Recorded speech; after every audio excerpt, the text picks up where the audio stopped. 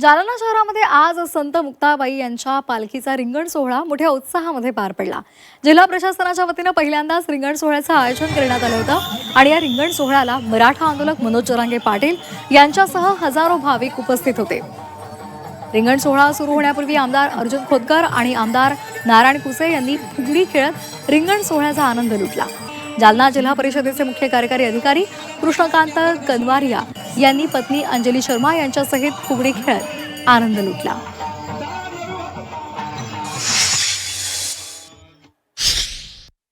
खूप जालना जिल्ह्याचं भाग्य म्हणावं लागेल की आपल्याला संत मुक्ताबाईंच्या पालखीच्या सोहळ्याचं रिंगण ते 300-325 वर्षानंतर पहिल्यांदा होत आहे।